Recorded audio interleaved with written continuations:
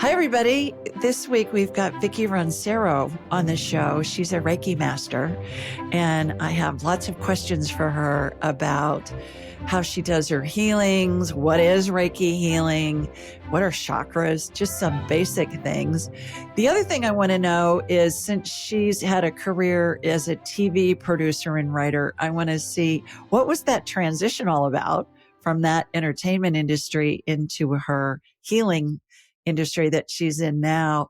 And did one prepare her? Did that entertainment job prepare her for her new role?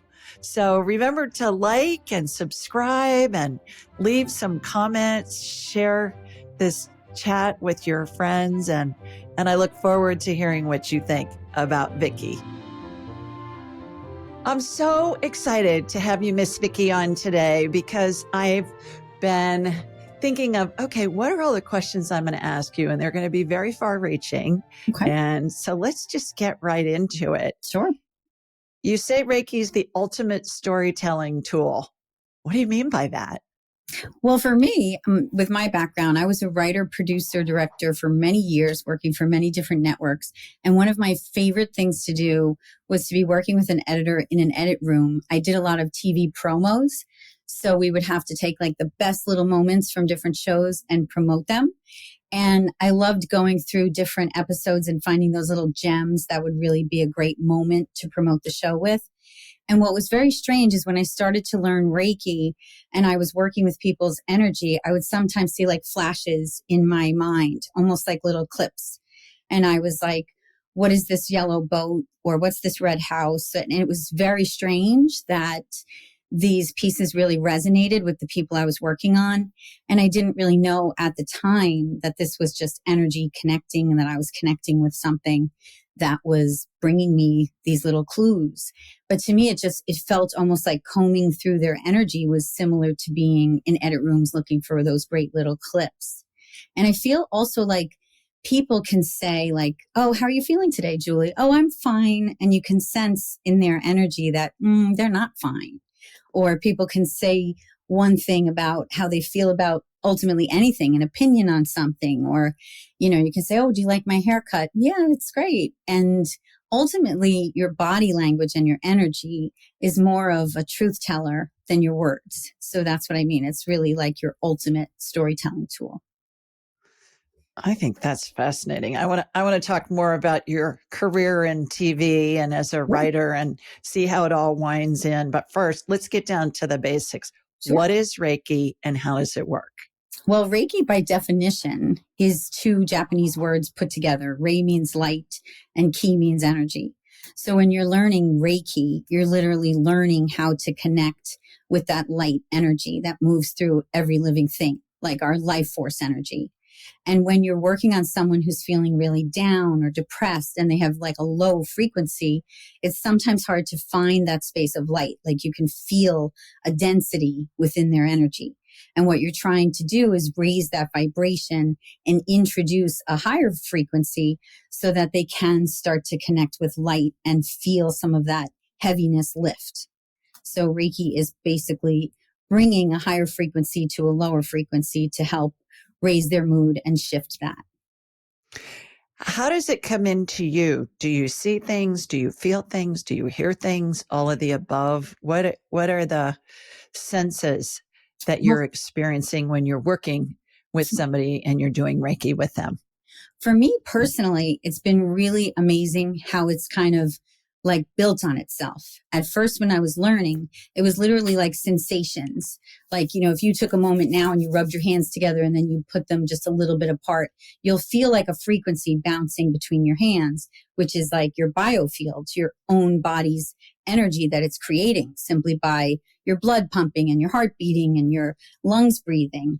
That biofield energy is something you can literally feel when you tune into it. But as you're doing Reiki on people, that's kind of the first piece, and you're getting to understand where they have blocks and where they need some assistance. But what starts to happen, the more that you're able to kind of be in a very deep meditative state is you truly start to become a conduit for this energy and other things start to come in. And for me, it's just literally been one thing after another. First, I started to get some like visuals and words and clues. Then I started to get feelings in my own body. And putting it all together, sometimes it felt a little overwhelming. And I'd consult with my Reiki teacher and say, is this part of Reiki? Because I don't know what's happening now. Why am I hearing a voice in my head or a name or a clue or seeing something? But then as I started to expand and realize that energy healing, this whole world of energy healing and consciousness is connecting us with this higher wisdom that just brings in these elements if you're open to them. So it can be everything from what you're feeling to hearing to sensing. It starts to become very open when you allow yourself to be open. That's been my experience too. I started off with visual in my mind's eye. I'm seeing it in my mind's eye. I say it's like my head's a big TV screen. Right. And my brain, and I'm seeing things in my mind's eye. And then a lot of the other senses started coming in as well. It sounds to me like you are finding that spirit communicates in symbols a lot of the time. I do too. Like they'll send some symbol for something else. Well, that doesn't mean anything to me. And then we say something to our client and it means all the world to them. Right. I know it sounds like you experience the same kind of phenomenon from spirit. Yes. And what's interesting is some of it, like I have to kind of be careful with my vocabulary because like you're saying, that's more like a spirit energy. It's not necessarily has anything to do with Reiki. So I feel like to me with my practice and my life experience, Reiki's kind of been like my portal. Like it's kind of got can't even speak. It's kind of what has gotten me in. But now that I've been in it, it's like all these other things are showing themselves. So that's really exciting. It's like, I think sometimes people have a tool like tarot cards or they have whatever their tactile thing might be. For me, it's been Reiki and then other things come. Same for me. Started with Reiki and then went from there. And wow, I didn't know. It's kind of like, I think of you go through different phases of school and they all build on one another. Like you're learning to read. Well, you learn the alphabet, what do the letters sound like and things like that. And then you build. Once you can reach higher and higher frequencies, then more things come in. I'm so excited. I didn't know you started with Reiki, that was your way in. That's amazing. I did, but I didn't take any classes. I had a Reiki master initiate me and teach me a few things. And I thought, okay, you know, and then I realized, okay, this stuff really works. Yes. And so I actually found out that it worked on my son when he was a toddler. He fell and he skinned his knees on the patio. He was playing at a friend's house. We were there, a bunch of moms and our little ones. And he fell and he was crying and he sat on my lap. And so I put my hands on him and started doing the Reiki stuff on him. And I didn't really know what I was doing, but I did it anyways. And by the time I got him in the car, probably within an hour, Vic, there was no trace of skinned knees. I mean, they were bleeding, but they were like little droplets of blood. And I was buckling him in his car seat and there was no trace. I thought, okay, you got my attention now. Yeah. This stuff is amazing. And I saw it on my own child. Right. And I thought, okay, here we go. Oh, I love that. Wow. How does Reiki differ from other energy healing modalities? And if so, how do you think it differs? Well, for me, the ones that I'm familiar with all have certain aspects that are very similar.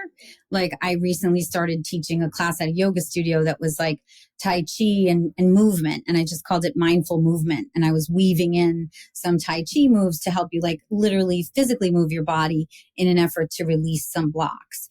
I also feel like acupuncture, like I find when I'm doing Reiki on people, lately I'm doing some of their points on their feet that like I don't have a lot of knowledge with acupuncture or reflexology, but I'm finding that I'm touching on meridians that are like opening pathways in other parts of them. So I could say, you know, I'm trying to move a block that's in your stomach. Let me just go to your foot. I'm just going to touch something here. And then it kind of makes like a little energy circuit.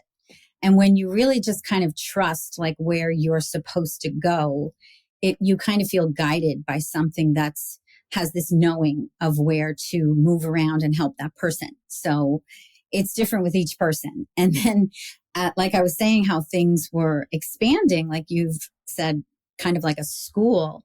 For me, I was starting to do distance healings, which I love. And I think part of the reason why I love it so much is that I prefer to do it through texting so that it's completely quiet and I'm able to just completely let my mind go to that meditative space. And then things really come in and I'm able to just literally start like texting and letting them come through. But again, using Reiki as a device, I've had some sessions where I've been like, okay, I have everything set up and I'm ready for this. And this one woman in particular, I was working on her and I just started getting messages coming in. I just started texting so much that the hour went by and I said, oh, I'm so sorry. I never did the Reiki. And she's like, oh, you did exactly what I needed you to do. And then she told her cousin and said, oh, you have to have a reading from this psychic. She's amazing. And the woman called. I said, oh, I'm not a psychic and I'm not a medium. I'm a Reiki person. And so I think that, you know, a lot of times these energy modalities cross and mix, and it's really important to just not be stuck in calling yourself one thing or another, because it's, in the end, it's all energy. Exactly. And I think in everything we get siloed. You know, you got the gynecologists and the neurologist and the cardiologist and all of that. And it's all the same body. Exactly. And the same with this. You connect with spirit and then you can take it anywhere you want. And like you, I believe that it's spirit working through us and with us to help facilitate healing. Exactly. And so I love the stories that you mentioned about how you just feel like you're being led to do things, even if it's not necessarily what the person came in thinking that they wanted you to work on. Yep. And I always go in blind first when I get somebody on my radar. I call it on my radar because I want to see where the energy goes. Because sometimes it'll go to places that are asymptomatic.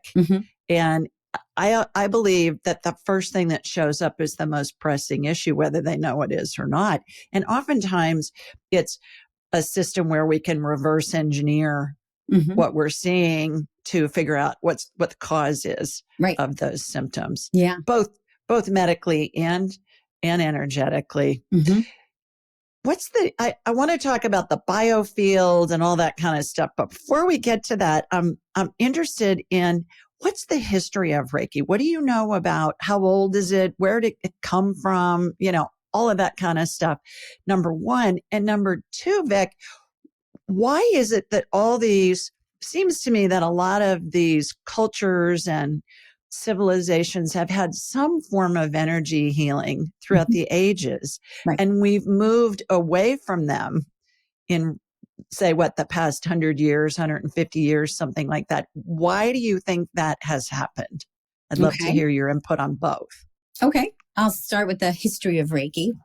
Reiki, as my lineage, the Reiki that I've been taught is a Sui Reiki, which goes back to, it's actually the original Reiki. At this point, if you search the internet, there's so many different schools of Reiki and lineage, and people are trying to teach you Reiki in a 1-hour course online. Like it's just crazy, like anything, you can find different branches of something. But if you go back to the actual person who initially kind of, I wouldn't say invented Reiki because it's hands-on healing. And like you said, that goes back thousands of years. But the one who kind of created a system, what's called the Reiki system of natural healing, his name was Mikao Usui, and he was a Japanese Buddhist monk in 1838, I believe.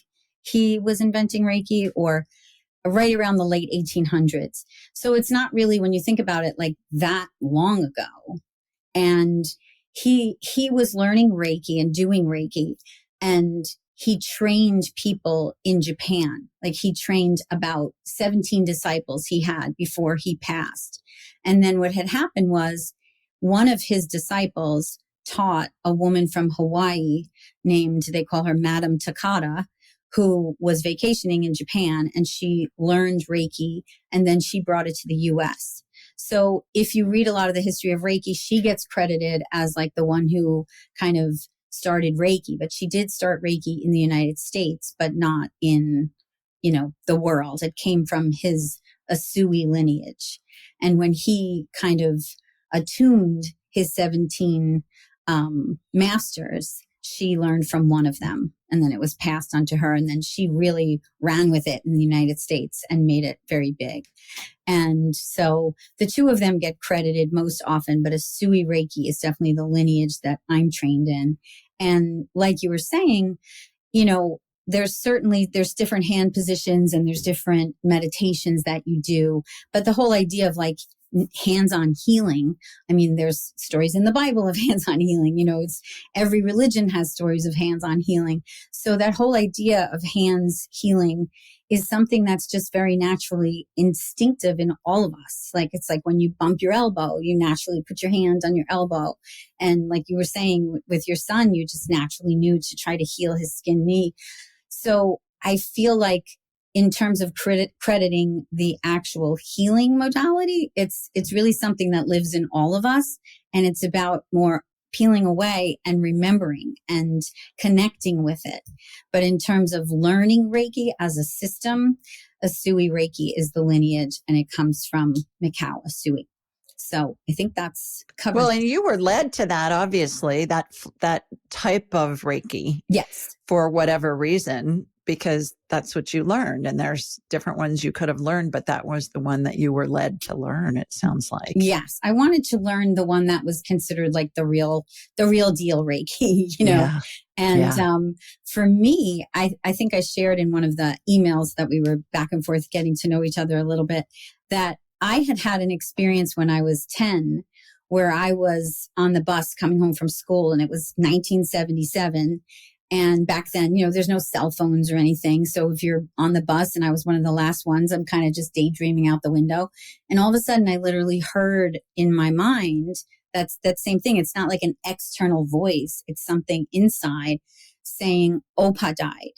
And just those two tiny words, I knew like in every cell in my body that my grandpa had died.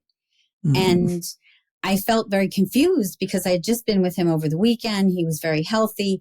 But I had this like knowing, there was just no question that he died. And I didn't know as a 10-year-old how I knew and what that voice was. I thought, oh, maybe that's God. You know, I went to Sunday school. I thought maybe God tells you when someone dies. I don't know. This was my first experience with death. And I walked up the driveway and my mom opened the door and she looked so sad. And I just looked at her and I said, I know, Mommy, Opa died. And she just hugged me. And when I look back, it's kind of odd that she wasn't like, how did you know that? Or like surprised, you know, she just kind of hugged me and we cried together. And she's like, yes, honey, he did. And that always stuck with me, like from so young. Like, how did I know that? Where did that come from? What was that voice? And it made me like a seeker in my life. And I kind of was always searching for, I know there's something more. I know clear as day that something told me that. And I need to figure it out. And although it took till my 40s to figure it out, you know, I kind of got there, which to me is exciting. Well, how did the voice sound in your head? Did it sound like James Earl Jones or Morgan Freeman saying, Opa died? No, or was like it just sound like your voice? Like a Kevin Costner. Like it was like sweet and direct, you know, very calm. So yeah. But it was very clear, and it was just, you know, that feeling you get like when you're working on someone doing Reiki and you know you touched on something. It's just that knowing, you know, there's no other way to explain it. Right. Back to the second part of that question, which was, why have we moved away from that? There are scholars that believe that Jesus, you know how the Bible kind of has this lag between the age of 12 of Jesus, and then they pick it up at 30. I always wonder, what if they cut out there? But there are many scholars that believe that Jesus learned energy healing during that time in Egypt and other places. And certainly those cultures all had energy healing back then. And so why have we gone away from that? Why do you think that we as a species, for lack of a better word, you know, educated species, I think in indigenous tribes, they still have it for the most part. I'm assuming, I don't know that for sure. But what do you think had us move away from that energy healing? I think that the question has lots of facets, to be honest. Like there's like a religious piece that I don't know that history of what happened with Jesus and if he wanted energy healing, but I do know that there are some people, like some good friends of mine included, that when I was learning Reiki and I said, "Oh, can I practice on you?" They were kind of like, "Oh, I don't know, I'm Roman Catholic." And I was like, "What does that mean?" Like, you are tapping into the light force that's in all of us. Like, this is the peace of God that lives in you. Like, it's not the Holy Spirit. Yeah, it's like, Yeah. this is, if anything, me learning Reiki and feeling connected to this energy within me. I quickly went and became ordained and became a, ordained minister, because it sparked my faith in such a way that I believed in God more deeply than I ever had.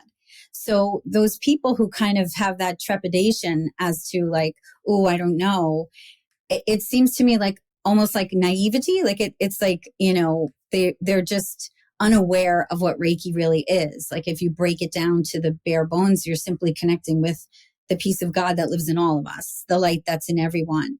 And lately, there's so much talk about how we all need to come together as one. We need to recognize our sameness. And it's kind of always been there. So to me, what has happened in history is that people were so competitive and trying to be so much different from each other and better and stronger. And even if you think of the way that today people are competitive with, maybe someone has a car and another person wants a better car. And it's all really just too muchness, and when you strip all of that away and you take away all those layers, we're all the same. Like, we all have this light energy and this ability to tap in and connect with it. So to me, it's kind of just society kind of evolving the way that it did, that has kind of taken people on this journey that has brought us away from like what really is our essential piece of connection to God, in my opinion. And I also feel like once you start to tap into that, like, you start to notice more, there's more and more people who are like, oh, get rid of all your clutter, live a simple life. Like, a lot of people they've gone through that explosion of having everything. And now they're looking to kind of strip down, especially since COVID. People are like, hey, I used to work in this big corner office overlooking the Manhattan skyline and have a martini lunch. And suddenly I was having lunch at the corner of my dining room table while my toddler was at my feet, So it was like that stuff didn't really matter. And they actually felt joy in being home, having more time with their children, realizing that like those were just layers of ego that when they're stripped away, there's some joy there that was kind of getting buried. I believe that as we've become more well-educated, we want proof of things, and we want proof quickly. And that's the whole whole clinical trials, all that kind of stuff with the medicines and all of that, which certainly there's a place for that. I was in the industry for 30 years. I mean, I'm a big fan on the supply side, not on the drug side. But I find it interesting that it seems to me, and see if you agree with this, Vicky, that more and more people are interested in, number one, being in charge of their own health, not just doing what the doctors say, just blindly. Mm-hmm. And number two, more and more people are becoming interested in what are the different modalities of healing that perhaps I can combine to help me get well. It's not just, you can only do this, you can't do something else. For example, chemo patients now in many major medical centers are going from their infusions right into acupuncture. Mm-hmm. There's an acupuncturist that's part of these teaching hospitals. It's division of oncology. Mm-hmm. And they have found that acupuncture immediately after chemo really helps the patient heal and helps them really avoid a lot of the side effects. Are you finding that's the case too, that people are more interested in perhaps combining modalities and more open to different types of healing modalities? Definitely. I think we've moved into that kind of holistic approach where, that Eastern, Western medicine kind of merging and not having sort of these two different ways of thinking. Some people at one point might have thought that was very woo-woo and weird. And now, like you said, we're seeing it more and more in hospitals. We're seeing more people that are giving it a try and having benefits from it. We're also experiencing like this integrative healing approaches with functional medicine and different types of medical professions that allow you to be more of an advocate for yourself. That it's not just like, oh, you have this illness, take this pill. It's like, here, try this supplement because it comes from the root of this plant and it's known to do this or that. Like, there's more of an understanding, not just, oh, take 2 of these and you'll feel good, So Exactly. I feel like there's a lot of that if you really think of it, it's literally rooted in nature, and it's going back to a more natural approach to how we can heal ourselves when we really connect with who we naturally are. I'm reading this book called The Madonna Secret by Sophie Strand. Her parents are friends of mine, and Perdita Finn and Clark Strand are her parents. And I've done shows with both of them. They're both in this spiritual space.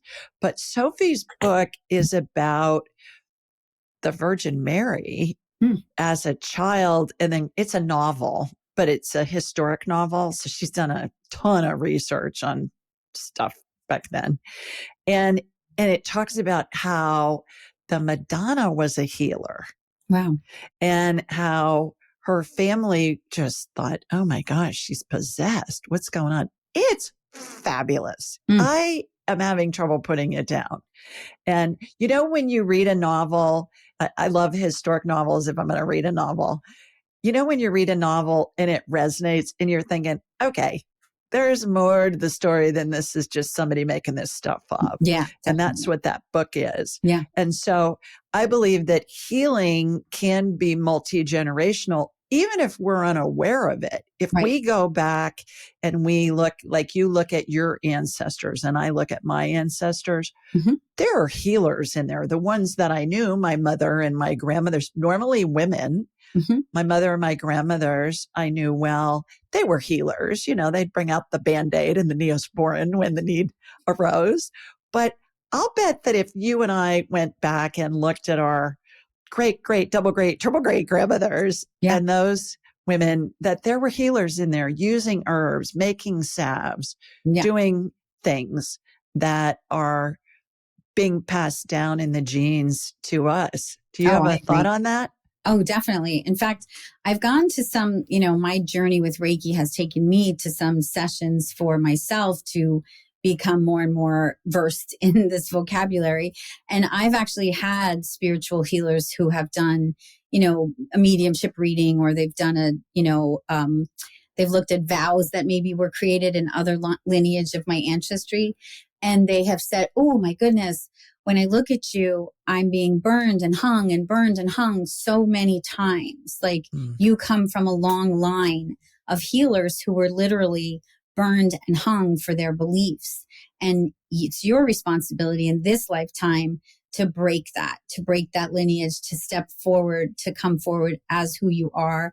And I mean, while some of that sounds like very grandiose, like my father was from Scotland and the Highlands of Scotland, and there's lots of Celtic healers, and there's many stories of women who were in fact burned and hung for their beliefs. So, I mean, it's very likely that I had a great grandmother that was a healer and that was condemned for her beliefs, which is, it's interesting to think about.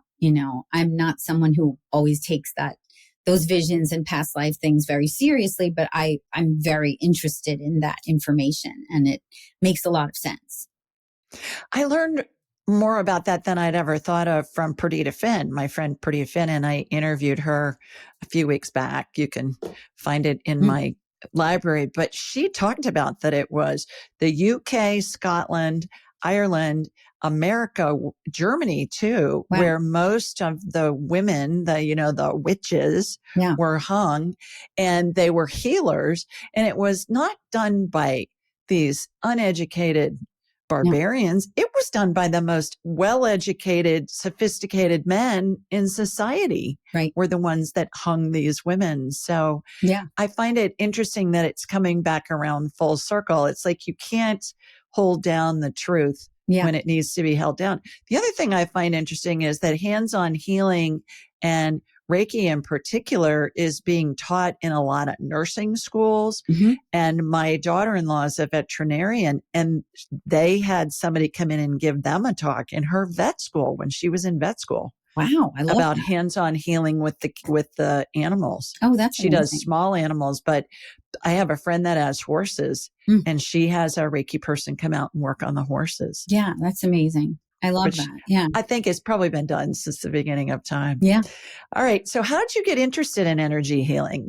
Give us a little bit of a inside scoop of what was your path, what was your trajectory to lead you from being in the TV biz to going into energetic healing. Yeah. Well, it's funny because my dad, the one from Scotland, and also it's interesting you mentioned Germany as being another location because my mom is 100% German from German immigrant parents. So I'm half Scottish, half German, which is funny. So when my dad, my whole life, was an orthopedic surgeon, and he was constantly, back then had a beeper on, and we'd be in the middle of dinner and his beeper would go off and off he'd go to save the life. And I just really admired the fact that he was saving people, helping people. And I would, everywhere I'd go in town or if I was at school, people would say, "Oh, Victoria Stewart, isn't your father that Scottish doctor, Dr. Stewart? He saved my uncle, or he saved my aunt or my father," all these stories. And I always felt like, wow, I want to do that. I want to help save people.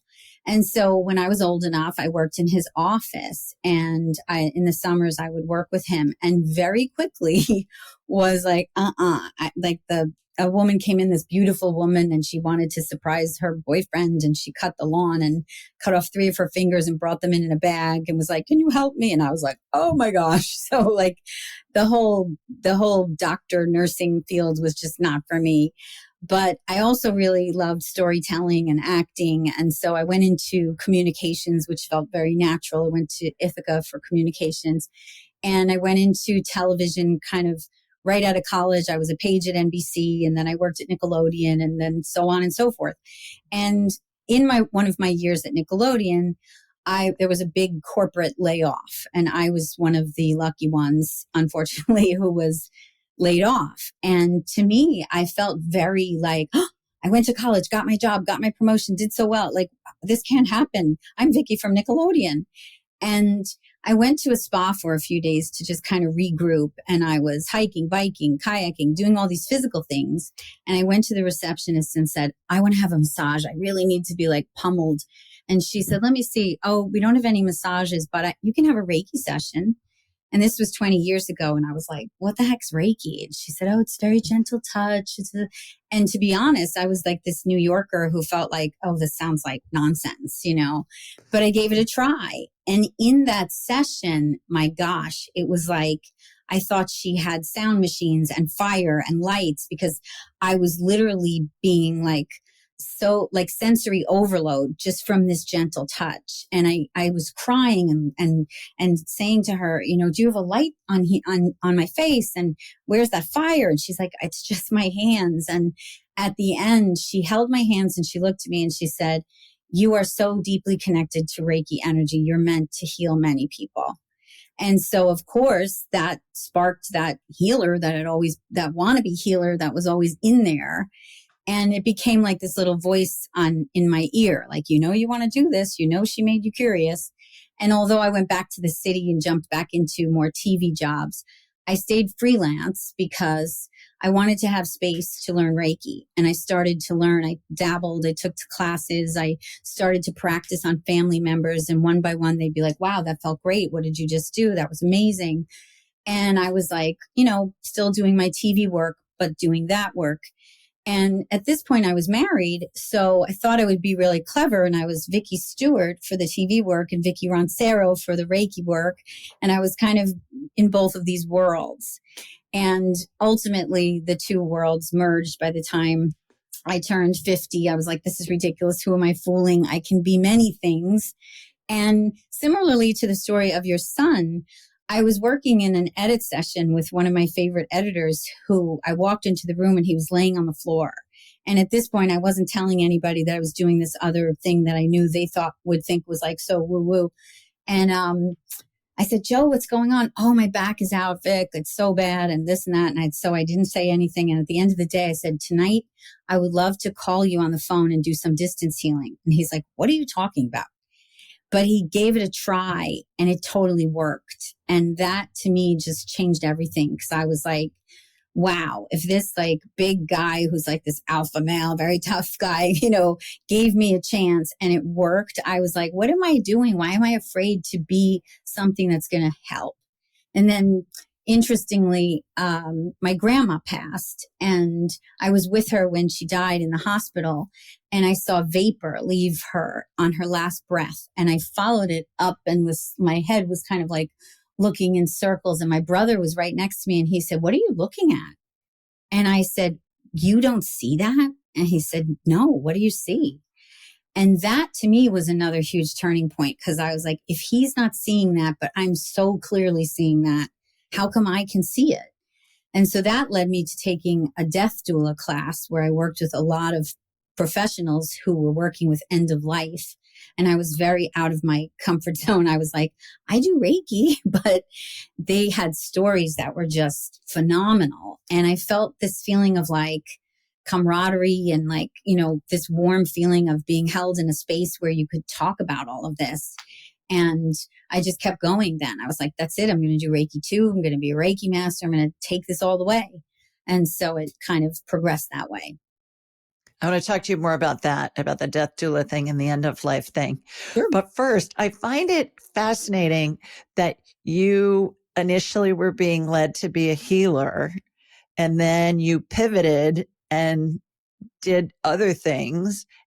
And I would bet to say that even in your TV career, there's an aspect of healing, providing laughter, entertainment, things like that, which is very healing. Yeah.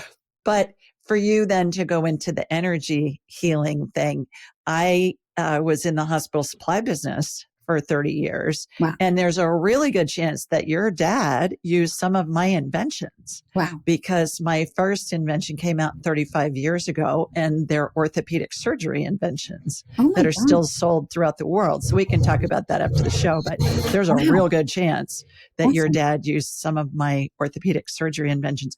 But that then put me on a trajectory to get into this energy healing thing where I know just enough around the periphery that I know what a liver looks like and I know what a kidney looks like and stuff like that. And early on, I had my anatomy book out. And I was going, okay, I'm getting into gallbladder, but I'm not sure where it is. And I don't really know what it looks like. Right. I may know what it looks like in surgery, but I'm looking at it from back behind the OR table. Mm-hmm. So I find that interesting how our lives, we're being led. Yeah. Like you and your education, me and my education, we're being led to do this work, number one. And number two, I got to ask you, there are many famous people who were pages at NBC. Did you work on the Tonight Show or on Saturday Night Live or something? What did you? Yeah, I worked both.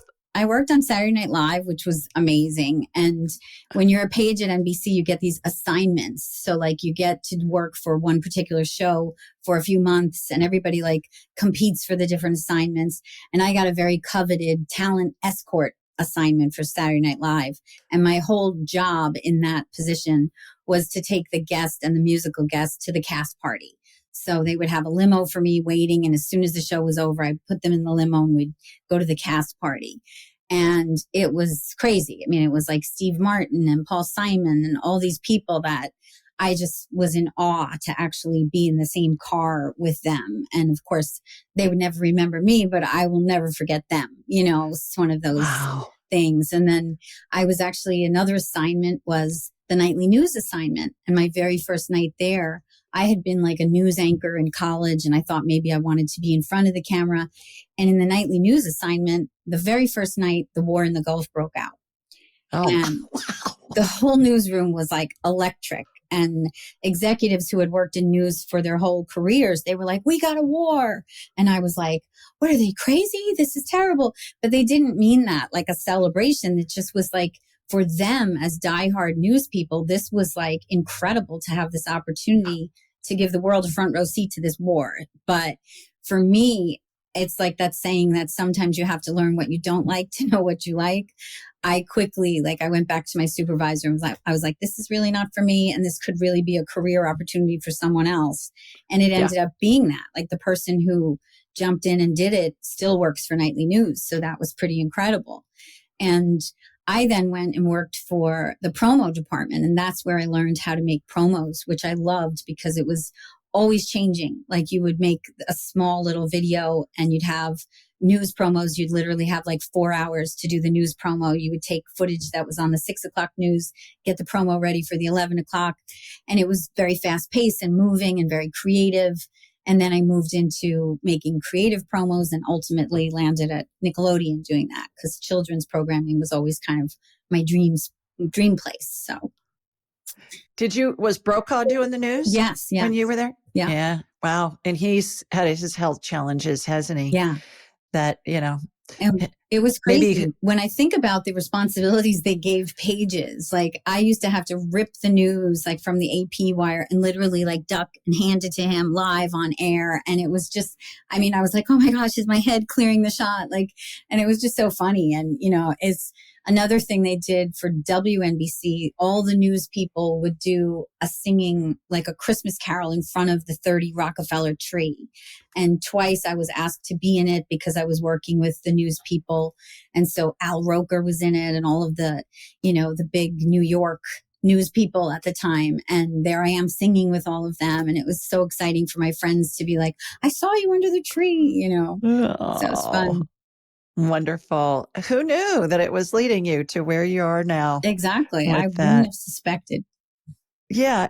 How does that experience in the entertainment industry, let's say, news and entertainment industry, how does that help you, or does it, in the work that you're doing now with Reiki and with energy healing? Do you find that there are aspects of that business that you've just incorporated almost subconsciously into the work that you do now? Yeah, I think that on several levels. Like, the one big thing was, like you're saying, like, who did you meet from Saturday Night Live?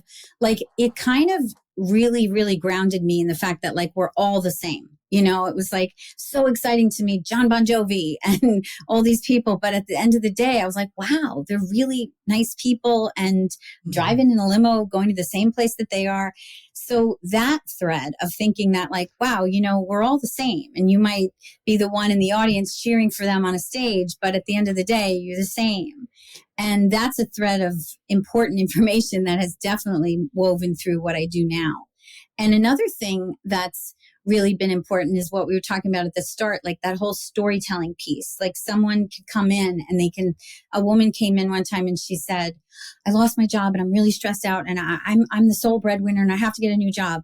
And she laid down, and what I was feeling in her was very intense, like grief. And I just said, did you lose your dad? Like, you know, I'm really feeling like this heavy energy of loss that is not like processed. And she's like, oh my gosh. And she just started crying. And she said, I did. My dad passed 9 years ago, but I was so busy with my job and raising my kids that I don't think I've ever really grieved him. And we didn't work on like, you know, building your confidence and trying to get that brand new job. We shifted into working on releasing the grief and kind of letting her work through that. And it ended up being exactly what she needed. And she would have never thought that. So I think it's about that. It's about like that editing and storytelling. Like, if you get too stuck on like, well, this is my story and it has to air like this, you know, people at the last minute are changing scripts in the television world. You could be on set shooting something and they could be like, cut, that line's not working. Let's do that again. And like, they call in a writer and they change the line on the spot and the actor has to learn it. And I feel like life is that way when you're really open to like, just change it up, change it, do something new, try a different script. That's when you can really change your story. So my whole thing when I was starting my Reiki was the fact that, like, I feel like if you can shift your light, you can change your story. If you can connect with yourself in this way, you can change your story. And I really feel like those experiences all came from the TV world. And Mm-hmm. very specific things, like if you're on the set and maybe they have a green couch and the way it looks through the camera, the director's like, yeah, no, these people wouldn't have a green couch. Do we have a beige couch? Bring in a beige couch.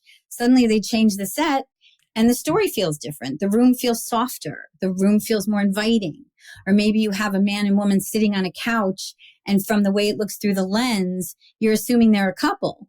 And the director could say, no, you know what? They shouldn't be sitting on the same couch. Put her on the chair. Now you just change the entire dynamic of the relationship just by shifting the location of the people on the set.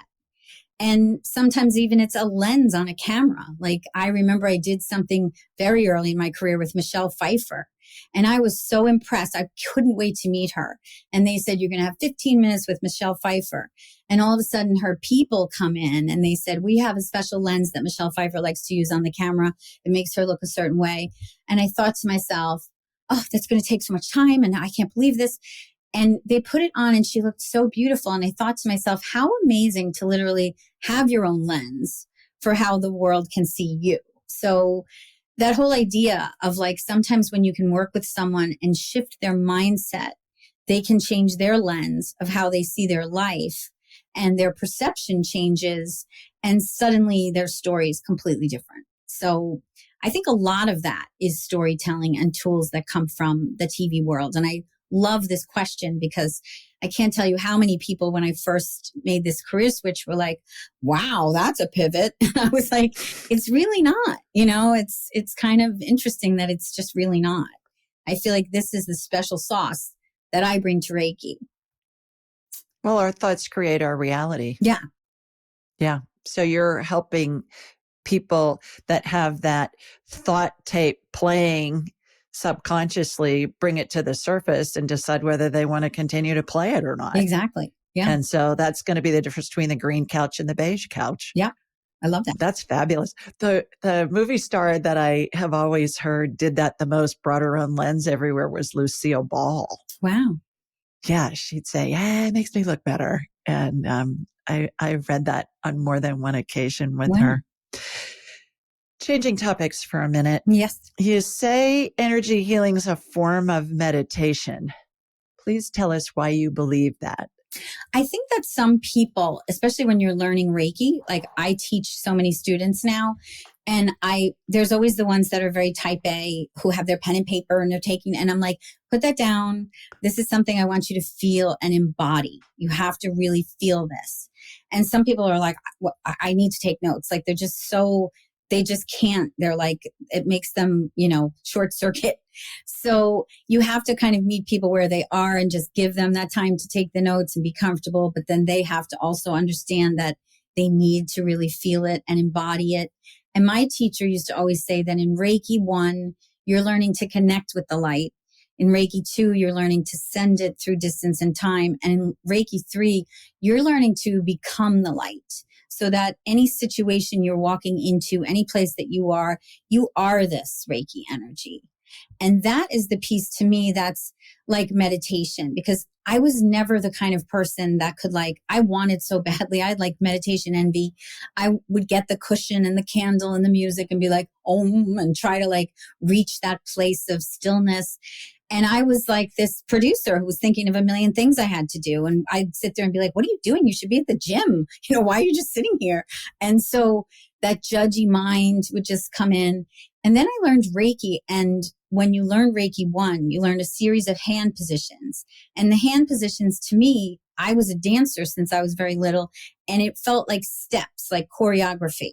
And I was like, oh, okay, this gives me something to do while I'm trying to connect with the light. And as you're doing it, it kind of becomes like a flow. And then you can start to do less of the positions. They can start to peel away. It's really just scaffolding, giving you something consciously to do while you're connecting. And then you do get to that place of stillness. And then once you do, you realize that Reiki is really about, it's kind of like you're turning yourself off and you're allowing yourself to really just be a conduit. And it's not, when people say to me, oh, you're so good at Reiki, I'm like, no, it's not an ego thing. It's not like one person's great at Reiki and one person's not. You're really great at being able to turn yourself off and just allow yourself to trust yourself to be a channel. And that to me is really the piece that is most important. And that to me feels like a very deep meditative state. I had never heard that before, but when I read that you said that, I thought, wow, that's profound. You are so on that, girl. That's a profound statement and resonates very true for me as well. And I think too, I love the idea of the hand positions, back to the analogy of it's the alphabet. You're learning your ABCs before you can congregate them into words and then recognize what those are. And so it's that stepping stone again that can get you. Furthermore, I agree with you that when you're teaching your classes and I'm teaching my classes, sounds like with you, so help me with this. It's way less about you got to do it this way and more about a transfer of energy from us to our students and them swimming in that energy so that it's familiar to them so they can just access it on their own. Would you agree with that? I do, but there's one piece about Reiki 1 that Mikao Usui was very strict with the lineage. Like he said, you need to do this hand position practice for 21 days consecutively. And if you break that 21 days, you have to go back to day 1. And it's funny to me because we were saying these type A people or people who try to be very perfect. You know, I've had people who they get to day 5, then they go on vacation and they come back and they call me and they're just like, we had to go on vacation and I just could. And I'm like, well, you got to go back to day 1. It's not my rule. It's Mikao Usui, you know, and they're so frustrated. They're like, but and the whole purpose is like, if you can't spend 10 minutes a day doing something consecutively for 21 days, you just don't want it bad enough, you know? And it's like, there's so many things like that in our culture. People who are like, oh, I just have to lose weight. And it's like, okay, well, what did you eat today? You know, and you know, you shouldn't eat that, but why did you? You know, so if you can brush your teeth for 2 minutes in the morning and the night, the hand positions literally take like 5 minutes. And if you can't do it for 21 days, it's like a discipline. It's bringing you back so that when you get to that point, you're realizing you have that self-love. You want this enough and you love yourself enough to give yourself this gift. And when people do, it's like something in that self-love piece really turns where they're like, wow, it's not about I was so busy with my family or I needed to make dinner for my husband, or it's like, I took this time. I closed my door. This was me time. And I did it for 21 days. And they feel like they connect with a piece of them that's really rooted in self-love. And then it doesn't matter if the hand positions, you don't do them all or you do less of them. They want to continue past the 21 days because it's like they crave it. It feels good. So that piece is like, once you do that in Reiki 1, then yes, I completely agree. Then you make it your own. Then you start adding different things to it and it just starts to become uniquely you. Right. Does anybody ever heal anybody else? What do you mean? Well, you're a healer. Do you heal anybody else? I think, or do you help facilitate healing the person healing themselves? You're doing the latter. You're helping facilitate someone's healing. Yeah. Yeah. It's because you said people say, oh, you're so good at this. I get that too. They go, oh my God, you healed me. I go, no, exactly. I didn't. And you feel like, yeah. Nobody can heal anybody else. Your dad, when he did all those bazillions of surgeries, closed the incisions with sutures and staples. He didn't make the patient's skin grow back. The patient made their own skin grow back. Exactly. So nobody can heal anybody else. He would tell you, I promise that I would have 2 patients come in. They presented with the same symptoms. They were both healthy. I did the exact same procedure. One healed really quickly and easily. The other one didn't. Yeah. He wouldn't have changed anything. No. Nobody heals anybody else. That's my opinion. Oh, I sounds like you agree with this. You touched on this a few minutes ago when you said, well, if you hit your funny bone on your elbow, you put your other hand on there to try and comfort it. Do you believe that we all heal ourselves unknowingly at times? That we definitely. all have the ability to do that? And do you have any other examples of that? Yeah, I think that we do. And again, I think it goes back to that the self-confidence piece and that idea of like, we think we need something external. Like we think when we're hurt or in pain, oh, what do I need for this? Instead of taking that pause and being like, well, wait, maybe there's something I can do. People aren't giving themselves enough credit, thinking like, wait, maybe there is something I can do. Maybe in that pause, I can take a few breaths. And you and I both know it's been scientifically proven, even just a few deep breaths can significantly change your heart rate. So if you have a panic moment, that simple pause of 3 deep breaths makes a big difference. And in the Reiki hand positions, it's funny because position number 1, you're literally putting your hands over your eyes and like letting your head just kind of rest in your hands. And everyone has seen like their grandmother be like, ay, ay, ay. You know, it's like a very common feeling where you're just like surrender. You're just like, oh, you know. And when you do that in Reiki, in energy healing, you're taking your fingertips and you're connecting with your third eye. You're activating that pineal gland. And that's all layers that you learn later. But the actual idea of just kind of surrendering and placing your hand in your head in your hands is something we all do, you know? And then similarly, like when you have a child who has a tummy ache and, you know, I remember my mom used to be like, let me rub your tummy. And it's like, what a strange thing. Let me rub your tummy. But it makes you feel better when someone's warm hands are on your stomach when you have a stomach ache. So those are 2 other examples of how your own healing can activate that. Your own energy can activate that healing for you. Or when a child has a boo-boo, you say, well, let me kiss it. Yeah, exactly. And miraculously, it's all better. Yeah. Most immediately, right after it's kissed. Yeah. Yeah. Those are great examples. Let's go into the mechanics of energy healing. What's life force energy? What does that mean to you? Life force energy is like the living energy, the light literally that's in everything. So it's the energy that brings the sun up in the sky and the moon in the sky, the energy that moves the waves through the ocean, that same energy, the energy that opens up a beautiful rose. It's like nobody is saying like, okay, Rose, cue the rose. It's time to open. Like it just does, you know? And the same thing with your heartbeat. Like we don't really think about our heartbeat unless we're like running really fast and we're like, oh, I got to stop. My heart's racing, you know? And when we're breathing, you know, we don't think of every breath we're taking.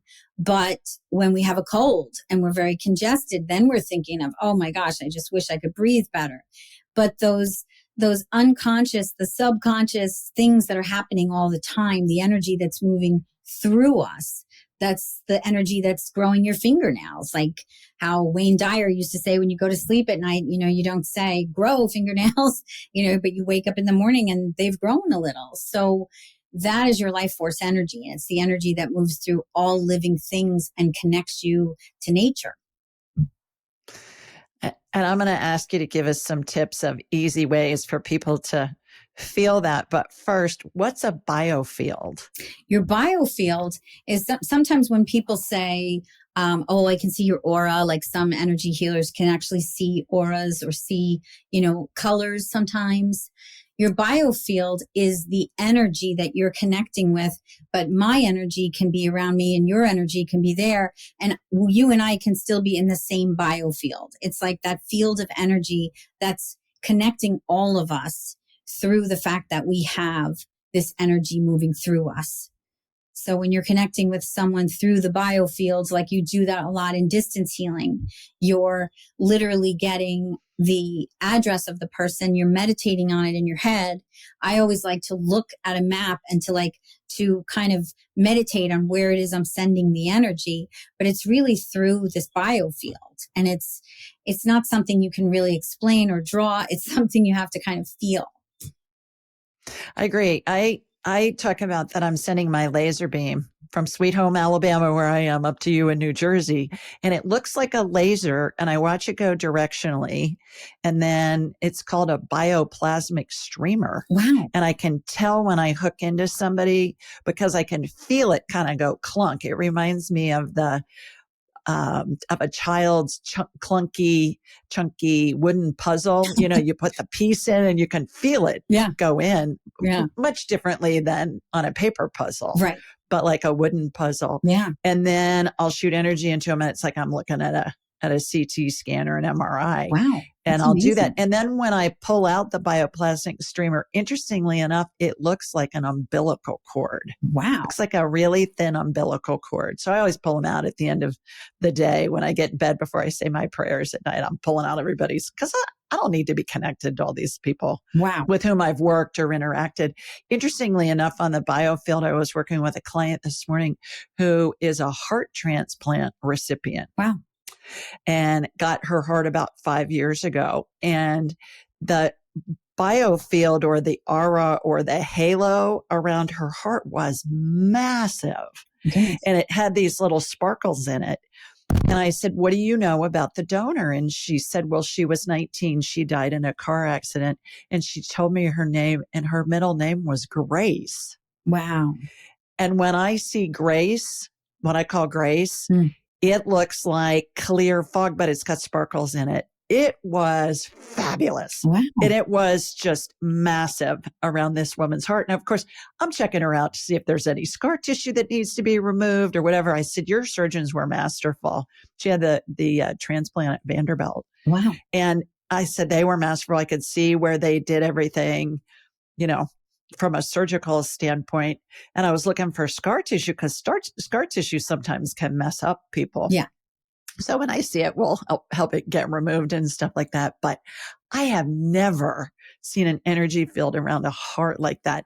And then when we talked more about what she was doing and what she felt her life mission was, and I said, does that have any correlation with your heart donor? And she said, it does. Oh my gosh. She was in a philanthropic mindset as well, not necessarily on the same thing. Wow. But very much of a philanthropic motivated person. Wow. And I said, my guess is, and we can do this another time. I said, my guess is you guys arranged this, early on before either of you were conceived, even though there was a big age difference, 50, 60 years age difference, that you were going to get her heart and you two together were going to go about this philanthropic thing because this energy field was so massive around this heart. That's amazing. Was fabulous. Wow. Yeah, it was fabulous. Gave me goosebumps. When I saw it, gives me goosebumps telling about you. And, again, no coincidences in life. I talked to this woman 4 hours ago on the same day that I'm going to be talking to you. Yeah. So cool. Yeah. I would say you can't make this stuff No. up. So how can people connect with their own life force? Is there a simple way that people can tap into their own life force? And what maybe are a couple of examples of things that people can do once they tap in with their own life force? Okay. Well, when I teach simple tools lately, I've been trying to teach like female executives who are like so busy working and to teach them some things to do literally at their own desk to just kind of take little micro breaks. Because sometimes, like I was saying before, with just taking 3 deep breaths, you can significantly shift your energy. And there's some things like when people take workshops with me and I have them just literally take their hands and rub them together and create some friction. If you try this as you're listening, it's kind of interesting. And then after rubbing your hands together for a while, try to like close your eyes and visualize some of the things I was saying, like waves in the ocean, a beautiful rose, anything in nature that kind of appeals to you, a beautiful sunset. And then just separate your hands literally like a half an inch. And you will feel some buzzing, some tingling, some heat. It shows up differently for different people. And if you practice this each day, you can start to take your hands and move them apart and you test like how far you can still feel that connection. And that's sort of like the feeling that I feel when I'm connecting with people. I feel that little buzzy, that heat, that kind of pulsing. So that's something simple you can do if you're like, oh, what is she talking about? I don't think I have a biofield. I don't think I have any of this life force energy in me. Every living thing does. And when you start to really feel it, you're like, wow, okay. And then the next thing you could do is after activating your hands and feeling that tingle, you can take these hands that are now turned on, so to speak, and just put them in places like maybe you have a headache and you want to just soothe your head. Maybe you're just like want to put them over your ears. and just kind of drown out the noise that's in your mind. And maybe you want to put them on your heart. That's an excellent place because the heart chakra is the middle chakra between all seven, and it regulates the three below it and the three above it.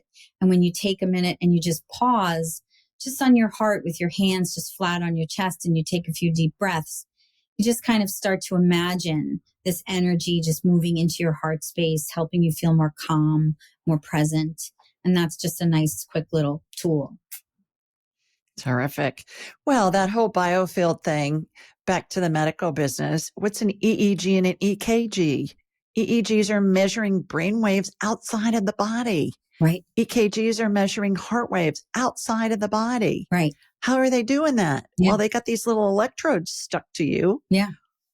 Well, hooked up to wires, they're still measuring the biofield outside of the body. Yeah, the frequency's coming in, and that's why like everybody thinks when you think, oh, how do you get knowledge? Well, all the knowledge comes into your brain. And it's like, no, there's knowledge around us all the time. And the knowledge can be coming straight into your heart.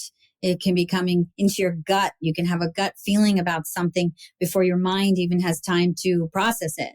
So it's really about learning how to pay attention to the knowledge that's all around you, not just the knowledge coming into your brain and being processed the way that is expected. Great point. Let's go back for those who are listening that have heard the word chakra, but really don't know what that is. Can you explain chakra for us, please? Sure. Chakras are technically spinning wheels of energy, and there's 7 of them. The first is at the root of your spine. So like the tailbone area is where the root chakra is. And they have different colors associated with them.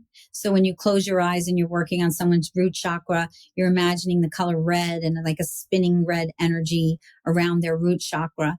And the root chakra is responsible for the first 7 years of your life. So all of the things you were learning in those years, things that are connected to survival, learning how to crawl, walk, eat, speak, all of the different things that we need that are connected to survival are in that energy. So if something happens, like to me, losing my job unexpectedly, that was completely like root chakra shift.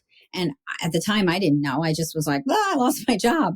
But anybody who feels that kind of like they were rooted in something, now they're not. That's like root chakra.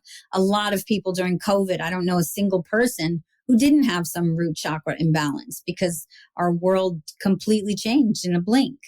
So moving up from that, in between the root chakra and the belly button, the second chakra is the sacral chakra. The color is orange, and it's connected to your passion, the things that really light you up. And I like to tell people it's like the fire in the belly.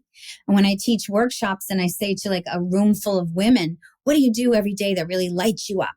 Sometimes there's like silence, everyone's like, I don't know. I had a slice of pizza today. It's like, what?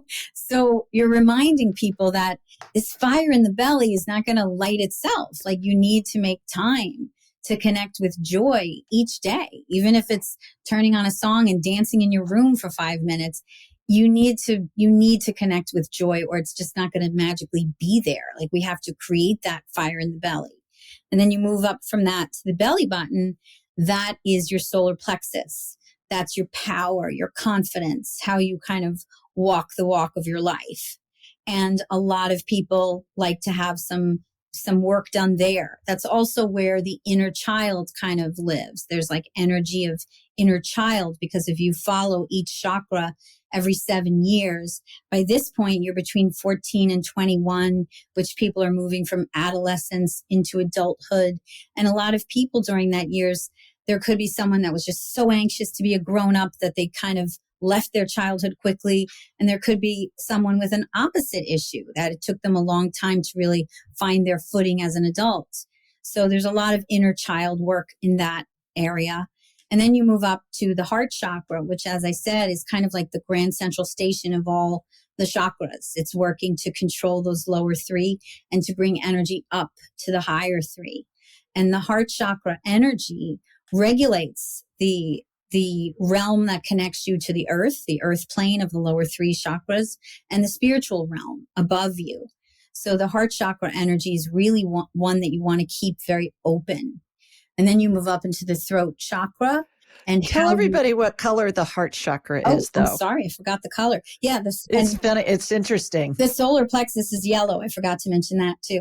It's like the colors of the rainbow. Then you get to the heart, and it's green. And it's green, not red. Yeah, it's green. And it's green because of abundance. Like when I work with heart chakra, I like people to imagine their feet are in the grass, and above their head, there's lots of beautiful green leaves. And to like feel that green energy from the bottom of your feet through the top of your head, and just really connect with that beautiful, lush color, imagining springtime, lots of green, summer, and just that full limitless tree where you can't possibly count the amount of leaves. And you want to have this beautiful, abundant energy. A lot of people have had, breakups or different things that have kind of created like a guarded, what we call a caged heart energy in Reiki.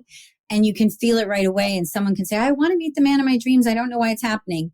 And they have this caged heart, and love can't come in if love is not moving out. Like you attract what you transmit.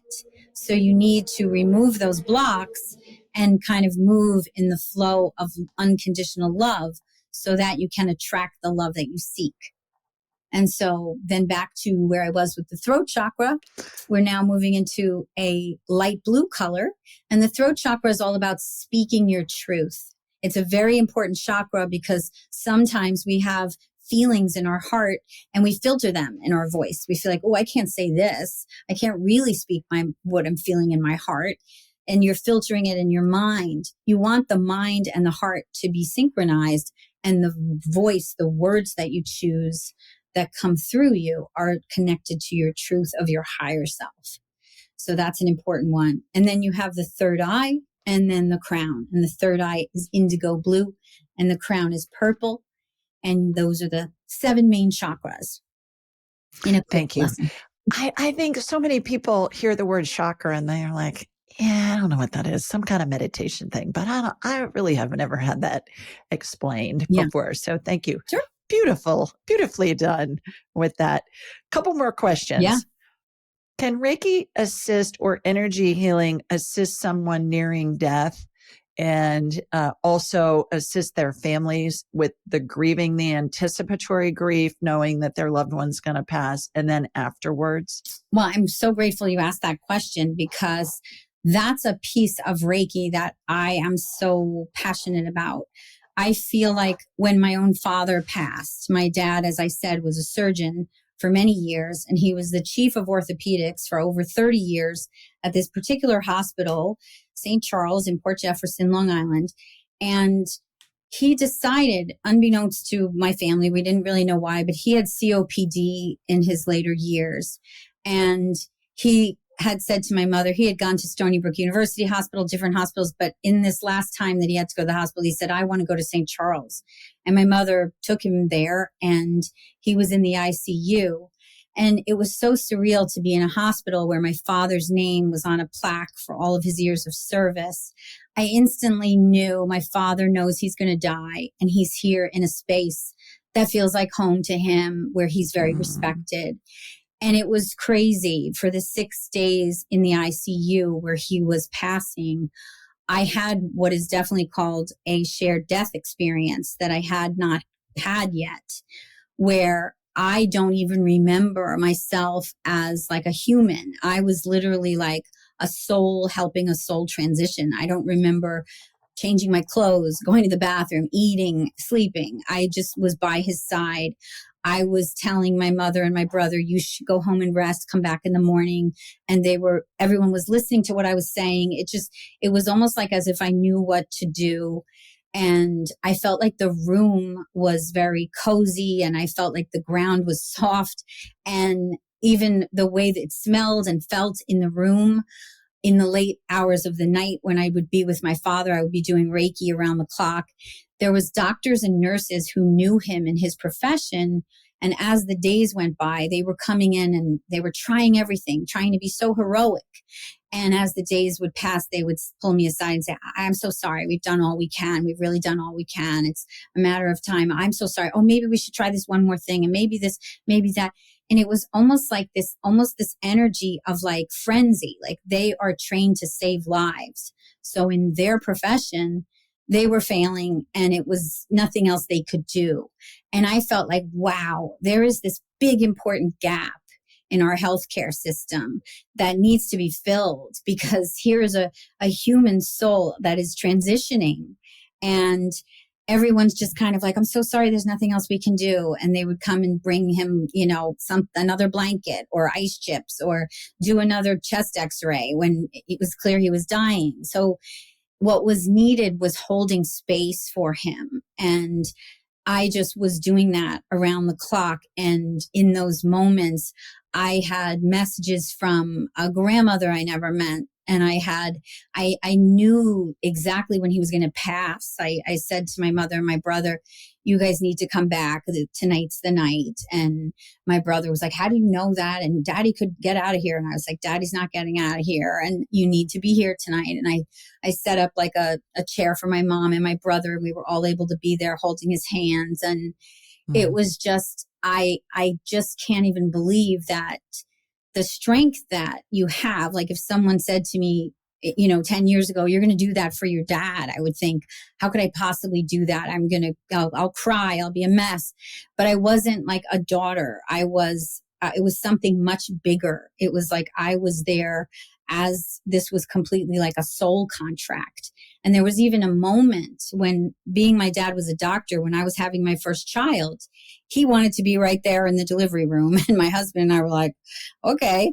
But things got a little hairy with my first son. I almost had a bleed out and I could have died. And so I literally was so grateful my father was there, and he scooped his arm under me and he looked me right in the eyes and he said, breathe with me, because I was about to pass out. And I just looked right in his eyes and I breathed in sync with him. And when my dad was dying in his final moment, I scooped my hands under him and I looked in his eyes and I said, Daddy, breathe with me, breathe with me. And in that moment, I was taken right back to my son being born 16 years earlier. And that moment we shared, and I was like, this right here this is a soul contract. He did this exact motion for me and I did it for him and I didn't even realize. And it just ended up being such a beautiful feeling to be able to do this for my father, to literally walk him home. And I get emotional, but you're making me weepy, girl. I got the Kleenex here. I'm my going, dad was from mother. Scotland, and he was able to say to me in one of those final days late at night, he just grabbed my hand and he said, Vic, I'm not getting out of here, and make sure they bury me in my kilt. And so for me to be able to tell my mother, he wants to be buried in his kilt, Mom. And she got the kilt and the whole 9 yards for the kilt and the whole thing. And there was a bagpiper at his grave. And I just felt like I had such a beautiful send off for my father. And then in the days that came after, I came back to my human self and I just was crying. It was like, oh my gosh, my father died. It was like a very delayed reaction. And even at the moment where the nurse came out and said, he's passed, I went back into the room and suddenly I was like, why did they put Daddy in a different room? Why are the walls white? And why is it blue? Why did they move him? And my mother's like, Vicky, this is the same room you've been in for 6 days. And it just felt like a completely different space, and smelled and everything felt different. So that to me was just incredible. And I want to be able to do that for other people. I don't know if that's something I was able to do because of the soul contract and the love that was there. And I'd like to think that I could do that for other people, and that other energy workers can realize the significance of filling that gap in the hospital when yes, there's hospice, but still it's like you're in the hospice and they know you're going to pass, but there needs to be like an active person who's just really kind of sensing the energy and helping the family know what's happening. And it's just, it's when you start to realize that, hey, we're all going to die. There's just no way out. And it's part of life. And just that life force energy, like the sun rising and then the moon coming in and out, and then high tide and low tide. night and morning. Like we die. That's part of life. And I really believe after all these years now that we don't go anywhere. Like we are still here and our consciousness is still here. And when you can really start to believe that, it shifts how you feel about death. And you're able to realize that you have a responsibility to help the ones you love and to allow them that passage to that other space. And I just feel like sometimes I think my whole Reiki journey was because I was meant to do that for my father. And maybe it was, but my dad always told me when I used to say, Daddy, I want to be a nurse. He used to say, you're small and every nurse I work with has a bad back. You know, he was the orthopedic guy and these nurses had to lift people. And he said, you have to lift people up. You have to lift people up. You're little. I don't want you to lift people up. And I felt like when I do Reiki on people, I sometimes say, look, Dad, I'm lifting people up, but I'm not hurting my physical body. And that's that. Yeah. Yeah. It feels like, well, it's very connected to my dad and the energy of me as a little girl wanting to heal and help and finding my way to do that, but in my own way, you know, my own way that made sense to the storyteller in me. Well, I'm going to send you one of my books. It's called Angelic Attendants, What Really Happens as We Transition from This Life into the Next. I've worked with hundreds, if not thousands of people at the end of life. Wow. I teach people how to do this. We combine the energy with everything else that's going on with the family, we can communicate with the person who's dying. We can get the family information when the patient can't communicate. Wow. And everybody goes through what I call the 12 phases of transition, which is a sequence of events that involves angels and the spirits of deceased loved ones and the spirits of deceased pets. And depending on what configuration they're in, we can tell how close to death they are. Wow. The family immeasurably, because so many family members live out of town and people have to take time off work and they have childcare that needs to be arranged and things like that. Yeah. So I can help you with that. Wow. No coincidences in life. Again, I'll help you with that. Wow. So one last question, and then I want to find out how people can get in touch with you. I want you to tell everybody, why do you think we incarnate? You touched on it you think that your energy healing journey, perhaps a big portion of it was to be able to help your dad transition.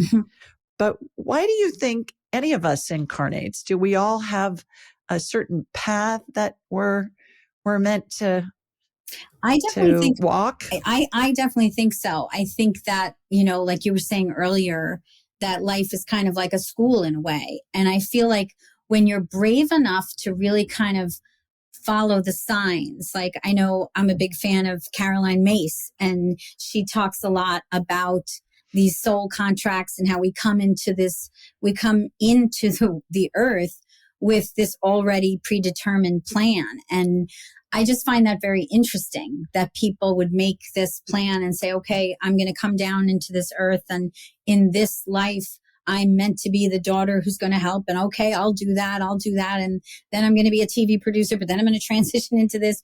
Like, the fact that it might be all predetermined is very fascinating to me, because sometimes in life, things can happen that you just can't make any sense out of it. It could be, you know, a family member gets ill, or, you know, someone goes through a career change or moves, and you have to just kind of dig deep into this part of you that's surrendering, just kind of thinking like, okay, there's got to be a plan. This has to be a reason. And I feel like when you really are able to not force things and just kind of let things happen, that plan is kind of revealed to you. Like I was saying, I was trying so hard to be Vicky Stewart, the TV producer, and then, you know, this other Vicky who did the healing work.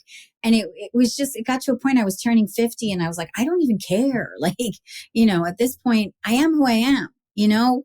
And in that moment, things started to really kind of mesh. I felt like much more confident. I felt like I understood more of why I'm doing this and who I am and what it's all about. And I just feel like, yes, I feel like we incarnate because each one of us has that piece of God in us and like our purpose to shine that light and be that soul that is a gift and a unique quality that each one of us has that's different, and they all kind of work together.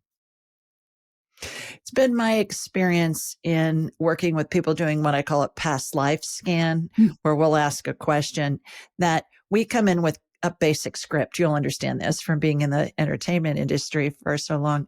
We have a basic script, and then our free will helps us navigate that script. Like, you came in to be a healer. Well, you've done many pivots all within the realm of being a healer, whether it be at work in the entertainment industry or as a mom or as a daughter or as now an energy healer. And I'll see a semblance of that script that can repeat through multiple lifetimes. Same basic script, different perspective. I like to use Shakespeare's Hamlet as an analogy. You think about how many times has Hamlet been performed since Shakespeare wrote it in 1602? Right. Who knows? Certainly same script, different perspective. In what year was it performed? Where? In what language? By whom? What was happening in the world? Who was the customer? All those different variables that give us a different perspective on the same basic script. Right. And that's what I've come to believe as far as when we come in, what our path is. I don't think we get a roadmap like, okay, you're going to live on Long Island. And then when you're 17, you're going to move to New Jersey and all of that. I live in Alabama. People say to me all the time, what are you doing in Alabama? Yeah. I say, how did you get to Alabama? I say, love. My husband's from here. And I never in a million years thought I'd live here and I wouldn't live anywhere else. I adore it. Yeah. It's fabulous. Wow. So I think that we're led to these different portions of our lives, and then we can decide. That's where the free will comes in. Right. I want to take that step, or I don't. Right. I want to do something else. And it's all perfect. How can people learn more about you and your work? My website is ronceroreiki.com, RonceroReiki.com. I'm also on Instagram at Roncero Reiki. And you can reach out anytime through either of those methods. And if you mention the show, I'd be glad to give you a special discount if you want to try out a distance healing session. Wonderful. Well, thanks so much. You are extraordinary and an absolute delight. And I have so enjoyed having this opportunity to talk with you. So thank you for making time with us. Me too. Thank you, Jules. This has been phenomenal. And from the fact that you invented some orthopedic instruments to your 12 steps of dying, I'm now so intrigued in many different things about you that I didn't realize. So I'm excited to learn more about that. Well, we'll continue the conversation. Great. All right, everybody, thanks for joining us. Sending you lots of love from Sweet Home, Alabama. Mwah! And from New Jersey, where Vicky is. Bye, everybody. See you next time. Thank you.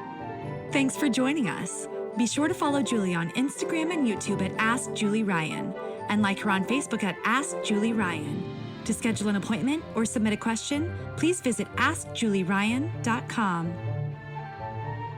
This show is for informational purposes only. It is not intended to be medical, psychological, financial, or legal advice. Please contact a licensed professional. The Ask Julie Ryan Show, Julie Ryan and all parties involved in producing, recording, and distributing it assume no responsibility for listeners' actions based on any information heard on this or any Ask Julie Ryan shows or podcasts.